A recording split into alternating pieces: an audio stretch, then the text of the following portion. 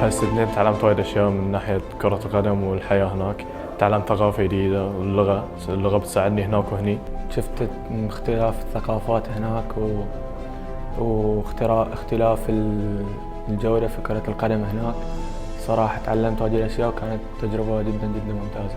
أنا استفدت منها وايد، طورتني في كرة القدم وإن شاء الله أقدم الأفضل في المستقبل. حابب إني أشكر شركة طموح على دعمهم لنا، ومن ناحية اللي هو ماديا ونفسيا. صراحة دعم طموح أثر علي جدا وسهل علي الأشياء هناك، ويعني كانوا يتواصلون معنا حتى يكلموني. طموح ما قصرت وياي، وفرت لي كل شيء، هم دائما على تواصل معاي وأحب أشكرهم. حبيت أشكر رئيس طموح محمد بن جلال على الدعم اللي يقدمونه للاعبين.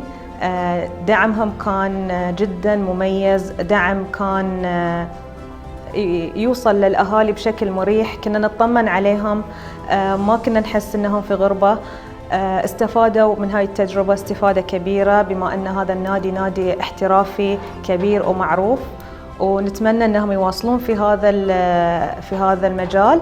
الحمد لله الآن وصلوا لمرحلة جدا ممتازة وتأقلموا بشكل كبير، وأيضا مع النادي واللاعبين الأسبان أيضا كانوا موجودين معاهم، فالتأقلم صار بدرجة كبيرة، وهذا انعكس أيضا في أدائهم في الملعب، اللي كان طبعا الآن الأبناء كلهم متميزين على مستوى كرة القدم، وأيضا النادي جدا مستانس منهم، والمدربين أيضا يثنون عليهم على أدائهم. Muchas gracias طموح. Gracias طموح. Muchas gracias طموح.